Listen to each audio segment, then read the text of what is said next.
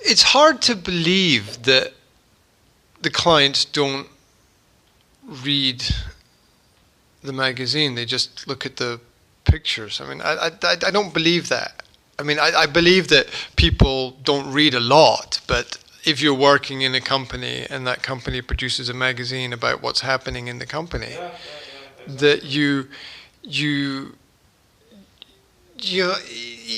inevitably, I think you're going to open it and read something from it and get some kind of information. And that's one of the biggest problems with large companies is information flow through the company. When people don't get information about what's happening, things start not to work. The left hand doesn't know what the right hand is doing.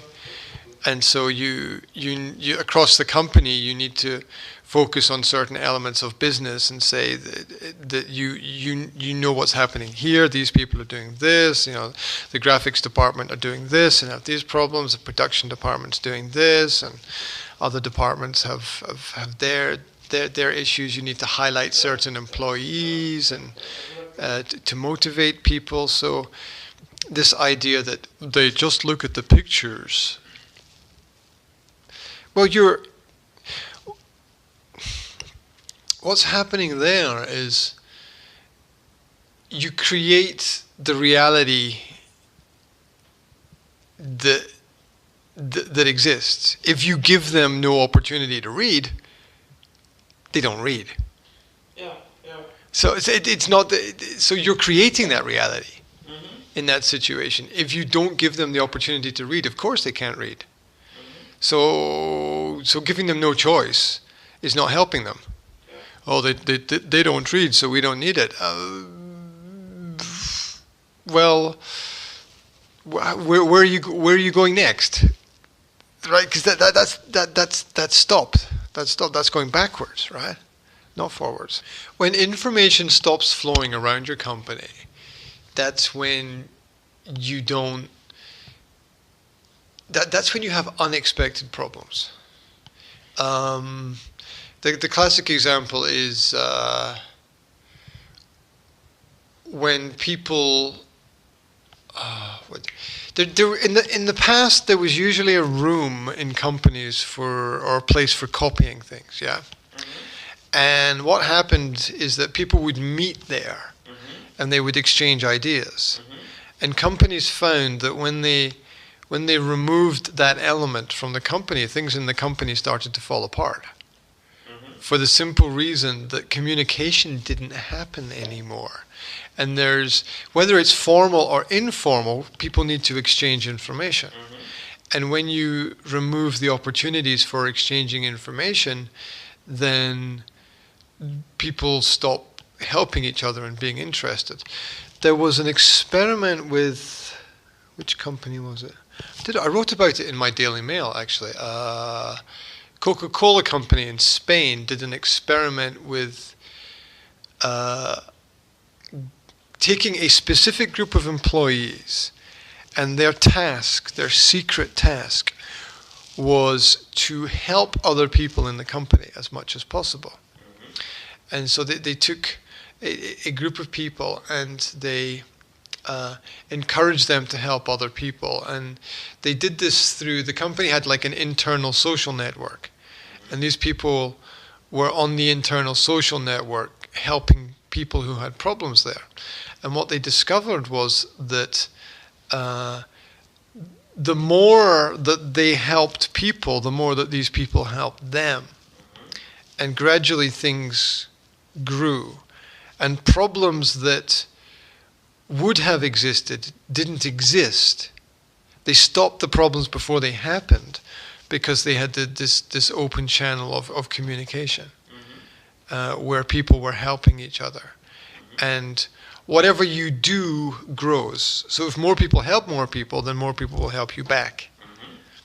And usually that's how it works. And so the information flow was very important in stopping problems because everybody knew everything that was happening and everybody knew somebody who could help them with certain problems.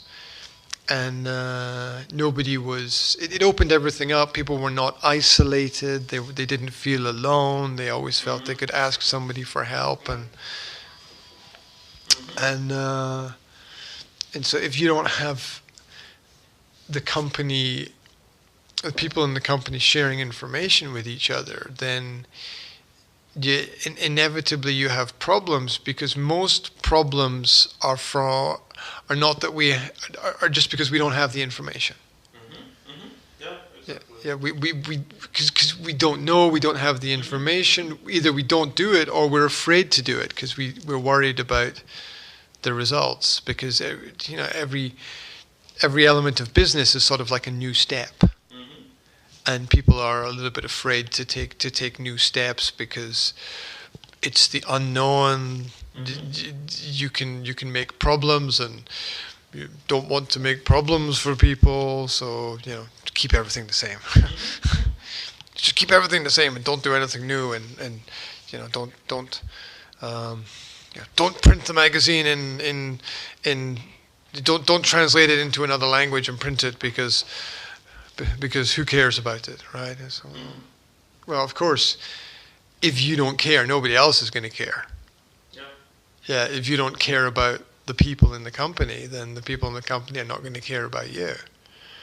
And even if it's just propaganda that you're printing, you still need to disseminate to get the information out to people.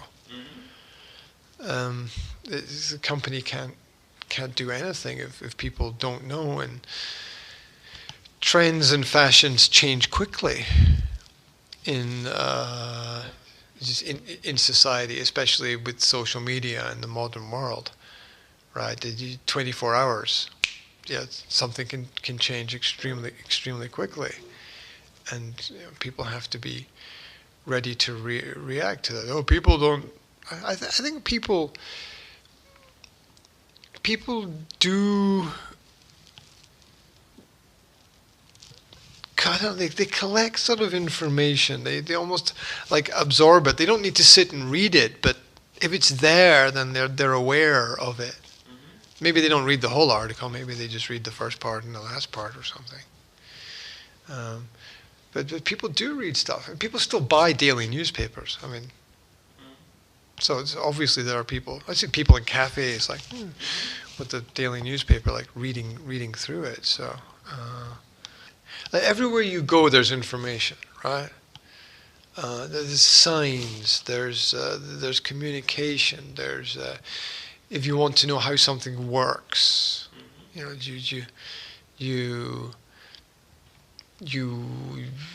have to read stuff. Or there's a huge growth in listening to information right now.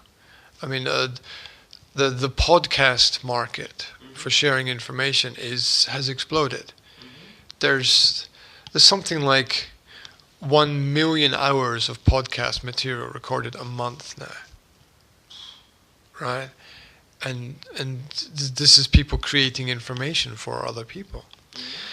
And one of the reasons that this is successful is that a lot of people are traveling in the modern world, and you can't really read while you're traveling because you have to be aware of other things that are happening. So people listen while they're traveling.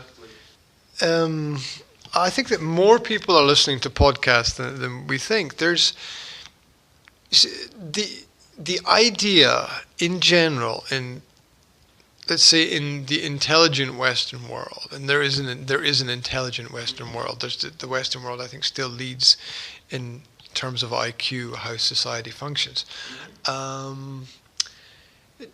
People in the past said that the messages had to be short and indirect, and I understand that in marketing. But the largest podcast in the world right now is the Joe Rogan podcast. Now, Joe Rogan is an MMA fighter, it's like like mixed martial arts, right? MMA, mixed martial arts, like a jiu-jitsu. Yeah, the guys in the circle, punching each other and kicking each other. Okay, that was his sport, right?